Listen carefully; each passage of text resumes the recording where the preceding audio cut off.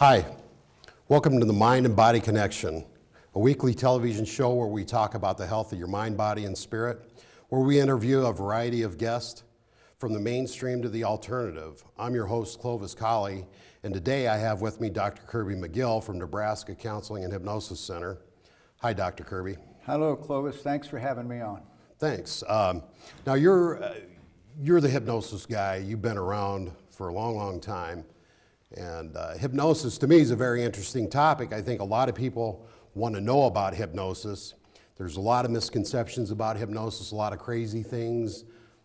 What can you do with hypnosis? Where do you want me to start? You can do just about anything that has to do with the human psyche or mind or body. Mind-body connection is a great theme for hypnosis, because with hypnosis you can improve your memory, you can overcome fears and phobias, you can block pain, you can lose weight, you can stop smoking. There's hardly any limitations. I've had people come in who want to improve their golf game, people who want to overcome fears and phobias, people who want to just improve their lot in life and be less stressed or depressed. So it's endless, the types of things that can be done with hypnosis. Well, I think most of the time people think about cigarettes and weight loss is kind of the big thing, and mainly cigarettes. People think of hypnosis, you quit smoking with hypnosis. And I believe I read an article, hypnosis is as good as it gets when it comes to smoking cessation. And I forget what the figures are, but it was far better than nicotine replacement therapy and the drugs. And it was like at about 25 or 30% where the gum was like 5% or something. Right. What makes hypnosis so effective when it comes to getting rid of cigarettes or tobacco addiction? It applies to chew, doesn't it, too? Smoking cigars or smoking pipes or cigarettes, tobacco addiction. The tobacco addiction is about 95% mental. A person picks up a cigarette when they're 14 or 15 or 18 years old, and I've never had a smoker that ever said they liked the first cigarette they ever smoked. It always tastes terrible. It's nasty. It's revolting. And then you say, well, how did you become a non-smoker if it's so nasty? Well, they tell themselves in their mind that somehow they're going to get something out of it. They're going to relax, or they're going to calm down, or they're going to fit in, or they're going to be more adult, or do something risque. They always feed into their mind thoughts of pleasure, reward, or something. I've never had a smoker say that they smoke because they want to cause emphysema or because they want to have a stroke or lung cancer. They always smoke for positive reasons, after a meal, after a project or a job, when they're bored, when they're lonely, start their day, end their day. It's always a positive thing. So hypnotism serves to program that message that they put in their mind for 10 years or 20 years or 30 years. Nicorette gum isn't going to touch that. Chantix can short-term the mind, and with the chemical it can shut down receptors, but there's a lot of psychotic and neurotic behavior when you're taking Chantix. Hypnotism does it by reframing the thoughts and reframing how the person thinks about smoking and how they think about dealing with things that would cause them to smoke. And so that's pretty much the way that it works. It's reframing the mind and setting the mind up that cigarettes are not valid or valuable anymore. I see. Now, I hear people say, I'm a hypnotist also, and I've practiced hypnosis for a long time, and people often ask me, or make the statement, I can't be hypnotized. Now, you being the guy about town with hypnosis, and you're retiring, but you got a lot of time under your belt, and that's why I'm interviewing 36 you. years of private practice. Yeah. You got a lot of time under your belt, and that's why I'm asking you these questions. What do you say to people when they say, well, I don't think I can be hypnotized? The reason a person would say they can't be hypnotized, or they don't know that they can be hypnotized, is because they don't understand what it is. If you explain to a person that hypnotism is a normal state of mind, if you daydream, if you space off a turn, if you get caught up in a movie or a good book, you get caught up in a project or a job, you get caught up in conversation and tune others out, that is hypnosis. It's a state of focusing attention. When you do it accidentally, you call it spacing off, zoning out. When we do it for a purpose, to overcome a fear, to block pain, or to stop smoking or lose weight, then we refer to it as hypnotism, but it's the same state of mind. And if you approach them that way, explaining that it's a normal experience and it's not a out-of-body experience, or they're not going into a deep trance state or something like that, they get more comfortable with the whole idea that it's something normal, that it's a normal everyday state of mind. The biggest problem that I've found when somebody comes in is not explaining the hypnosis, but after the session, a lot of times they'll say, well, I didn't feel hypnotized.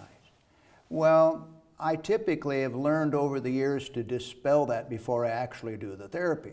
I say to them, you're not going to feel out, there's no off, there's no under, there's no goggle hand or twilight zone. It's simply a state of focusing attention. And if they understand that, and they don't expect that they're going to go off into some mind zone and wake up in Neverland, then they're usually pretty easy to work with. They understand the process, and they usually respond really, really well. I see. Now, have you ever had anybody get stuck in hypnosis? It's impossible. There's never been a case, and you loaded that question, didn't you? There's never been a case in all the medical history of anyone being stuck or locked in it, made to do anything against their morals, religion, or character. That's a standard fare that typically a stage hypnotist will say on stage just to set everybody at ease. And that's true. There's never been a case of anyone being injured by it, locked in it, stuck in it, or made to do anything they don't want to do. So can't hypnotize somebody and tell them go down and rob the quick pick and bring back the money. It's not going to work. So I couldn't get your hand to float gently to your wallet? Probably not. Okay.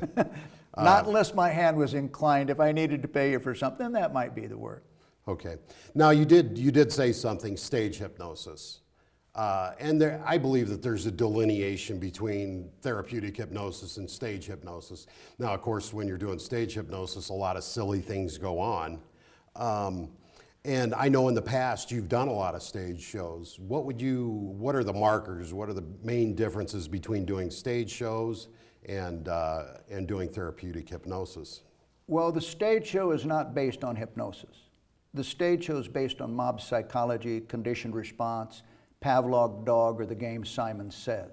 Typically in a stage show, the hypnotist will have 10 or 15 chairs sitting on stage. He'll call for volunteers to come up, and it really doesn't matter who comes up, everybody's probably welcome.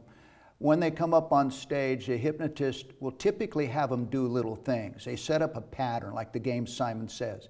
Put your feet on the floor, separate your hands, put your hands in your lap, take a deep breath, let the breath out.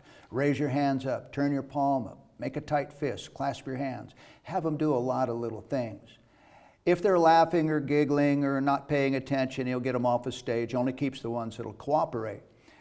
After he has them doing a number of things, sort of like a mob psychology thing, then the hypnotist would say something like this. Close your eyes and imagine a beach. It's the hottest beach on earth. It's 110 degrees. The sun is beating down. The sand is white hot. Your feet are on fire. Kick off your shoes. Fan your feet.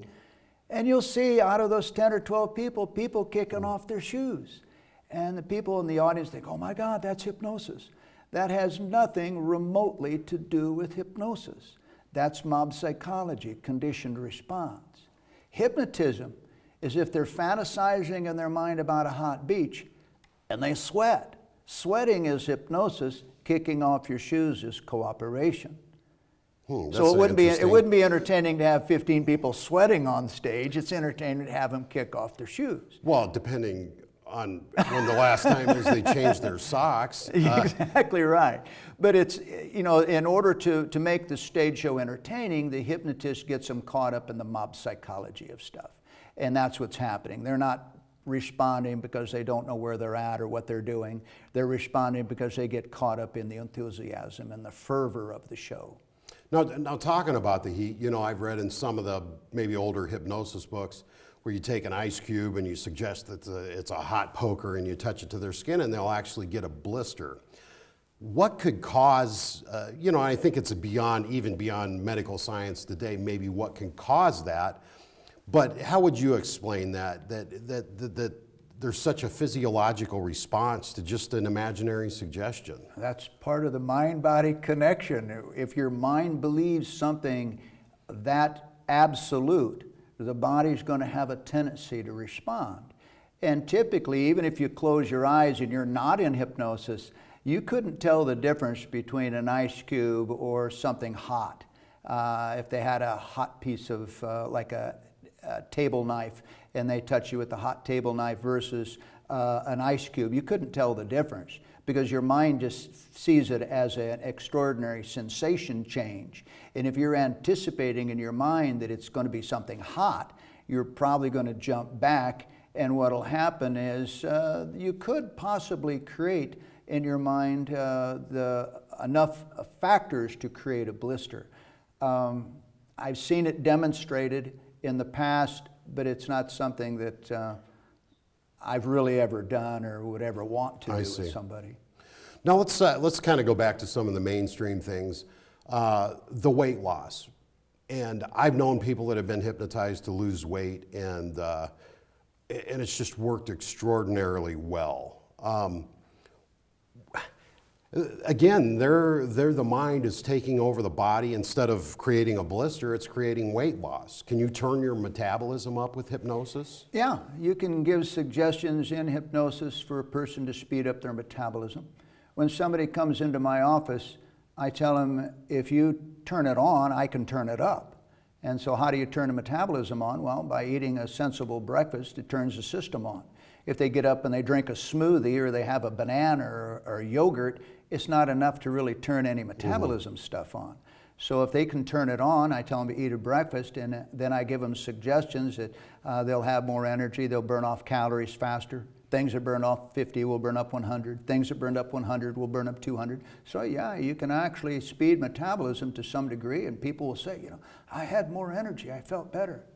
Yeah, I've seen people really, in a way, effortlessly lose weight, and if they had done some things, it probably would have even been more enhanced. Now, one of my teachers had told me the mind leads the body and the body leads the mind. So I think what he was saying is, yeah, sure, we can turn up your metabolism with hypnosis, but you need to do some things with the body to get a little bit of exercise. Is that the way that you view it? Well, yes. The subconscious mind is subservient to the conscious mind. And whatever you consciously believe, the subconscious is going to try to support. So if a person believes that they're going to do well, and in hypnotism, you have to be a pretty good salesman. You have to sell the subject on the idea that they're going to be successful. They have to anticipate success. If they're thinking, well, it's not going to work and I didn't feel it and nothing could ever help me, then you need to do more work than just giving suggestions. You have to get them to a frame of mind where they feel that they can be successful. Typically, I don't see that very often. If somebody comes in to see me, they usually have an anticipation that they're going to do well, or they anticipate that this possibly could work. And then it's up to me to sort of sell them on the idea this is what you need to do to make it work. The difference in the approach makes a lot of difference as to how successful the weight loss. Almost every hypnotist, if a person is willing, can get people to lose weight. I mean, it's not that difficult if a person is motivated to get them to lose weight. Keeping it off is another story, because you'll hear people say, well, I lost 30 or 40 pounds and I gained it all back. In any diet, you can do that. So I see. Well, I had ran into some people and some theories. The gal, her folks always told her that the Harrises are big people. And she was kind of a tall gal. And as soon as she kind of discovered that in hypnosis and erased that thought and put in something new, I mean, she just slimmed right down. And can people just pick up a wacky notion? Sure. I call it accidental hypnosis is what I call it. Sure. Girls are not good at math. You know, boys should never cry. I mean, those are things that people will put into someone's mind. A person of authority, usually.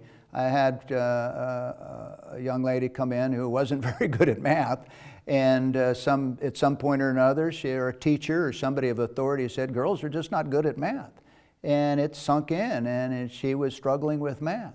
So you have to you don't erase it, you can't really take it out of their mind, but you can justify, well, you know, there's things that you can do, and explain to them, you know, what it takes, a little practice and that type of thing. And you can get them convinced that they can be successful in doing math or sports. I mean, look at a golfer who is a handicapped golfer. And he does well on the 9, but he screws up on the back 9. He does well on the front 9, but screws up on the back 9. And the next day he does well on the front 9, or does well on the back 9 and screws up on the front 9. His mind has him at a certain level. And if he believes he's at that level, he's not going to really change. If he's doing well at first, he'll do poorly in the last. So hypnotism is a way of deprogramming. A lot of times you have to deprogram a person rather than programming them. You have to get them to let loose of their misconceptions and beliefs. I see. Now, what's the most fun you've had with hypnosis? I suppose the stage shows, working with high school post-proms and college kids and those types of things. Stage shows are fun, but again, like I said, the stage show isn't a real true depiction of therapeutic hypnosis. Sure. Now, but in the stage show, you do have people that are going into hypnosis, don't you? Oh, sure. Even a person who's not very good, doesn't have much therapy background, there'll be times, as I used the analogy before, if somebody's thinking about a beach, they may sweat. I mean, that could happen, and that's a legitimate hypnotic response. It's just it would be very valuable. Let's hold on to that thought. So does that mean if they get a physiological response, goosebumps, sweat, things that you don't control with your conscious mind, that's an indicator of hypnosis? Yeah, emotional, physiological, or psychological response. Okay. So if the stage hypnotist is saying you're sad and you're crying and you see them going, but you don't see any tears, it's not hypnotism. But if you see tears, it's hypnotism. If you're talking about hot and you see sweat, then there's hypnosis. If you're talking about cold and you get goosebumps or the hands are icy to the touch, then you're going to see that is a legitimate hypnosis response. I see. Let's talk about my favorite subject, and that is helping people that are doing well do even better. And you know, most of the time we're going to do that in sports. And from what I understand, Mike Tyson had a hypnotist that hypnotized him that he was going to act like an animal, and he did. Well, yeah. Towards the end, he's kind of an animal anyway, though. Yeah. Exactly. Tiger Woods had a hypnotist. Several boxers, I believe, did. Well, with Tiger Woods, didn't his wife put him under with a 5-iron? Is that what she used to induce a trance? Swift instant hypnosis. Swift 5-iron to the head hypnosis. Yeah, yes, he was very tranced out, and we call that deep plenary trance. Exactly. Total and complete trance, and with a bump. But so you can unleash some talent with that. Yes, I've had PGA golfers come in. I've had drag racers, martial artists, pole vaulters, pool shooters, all professional drag racers, motocross, dirt track racers come in and who are very good at what they do, but use the hypnosis to enhance for better focus, better concentration, be not distracted by the opposition, what the opposition is doing. So there's a lot of things you can do with hypnosis, and people can improve something that they're already good at. Right. What if somebody's just sad all the time? You know, maybe mildly sad, not like an uncontrollable depression or anything like that. You just tell them, cheer up. No. You have to find, typically if somebody comes in who's depressed, you have to, part of it's in the intake as to, you know, where they're at in their lives, what's going on, what's causing or what they feel might be causing some of the depression, and then reframing it using hypnosis, giving them suggestions that they'll be able to move in a more positive way, that they'll have a better attitude, they'll be more optimistic rather than pessimistic. There's little techniques that I've used over the years to teach them how to shut off the negative thought and the negative things. And they can do very well with just direct suggestion without having to do psychoanalysis, without having to do 5 years of psychotherapy. Right. A lot of hypnotism is a quick-term therapy, so it's either going to work, you're going to get good results right away, or if you don't, then maybe you should be seeing somebody who is a therapist who's been doing it, you know, on a different level, or a psychiatrist. Right. And a lot of times I'll refer people off if I feel that they need more intense ongoing therapy. I'm just a short-term type of therapy. Right. But you are a doctor. You are a licensed mental health care professional. PhD in counseling psychology. And let's talk about the differences between the two. You kind of delineated some already. Hypnosis can work very quickly. Would you say that it work? I know for a lot of people in our day and age, divorce is rampant, and that'll put somebody's life in a shambles for a year or two sometimes. Could hypnosis really cut down on that time before they get back on their feet and get to feeling better emotionally and back on track again? Well, I've had people that have gone through a breakup, and they say, I just want you to hypnotize me to forget about him or her or whatever. And I say, well, I can't really wipe somebody out of your mind, but I can change the perspective of it so that you can move on with your life.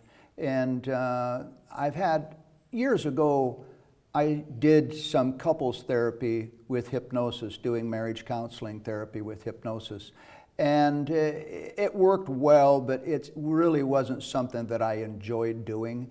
I didn't like being the referee. Right. Well, I can see that. You know, it was something I'd rather work one-on-one. So if a couple come in, I might work with the husband separately and see what his issues are, give him suggestions, work with the wife separately, and then give them suggestions that when they go home, they'll be able to deal with things better and be on the same wavelength and be able to listen to each other and that type of thing. So typically, I don't do a lot of couple stuff, and I did that for a while. I didn't really feel that comfortable with it. It was me, it wasn't the hypnosis. But it did work well for the clients. Yeah, okay, sure. That's pretty cool. Anything that could reduce the rate of divorce in this day and age would be just fantastic. You know, I'd rather see families stay together than you know, it affects everybody, the children, so on and so forth. What are some things that we can use hypnosis for that most people don't think of? Well, what comes to mind is trichotillomania, maybe some hair pulling. That's automatic hair pulling. You pull it out your eyebrows or eyelashes or facial hair or whatever. Yeah. Now, if I got it, I'd want the kind where you pull the other person's hair out. There is that kind too, right? Well, you know, an ex-wife can make you pull your hair out, or possibly an ex-husband could make you pull your hair out. I mean, what's the old adage is, that just makes me want to pull my hair out, just makes me want to rip it out by the roots. So the metaphor is that some dynamic or something has probably started the pattern, maybe when they were younger.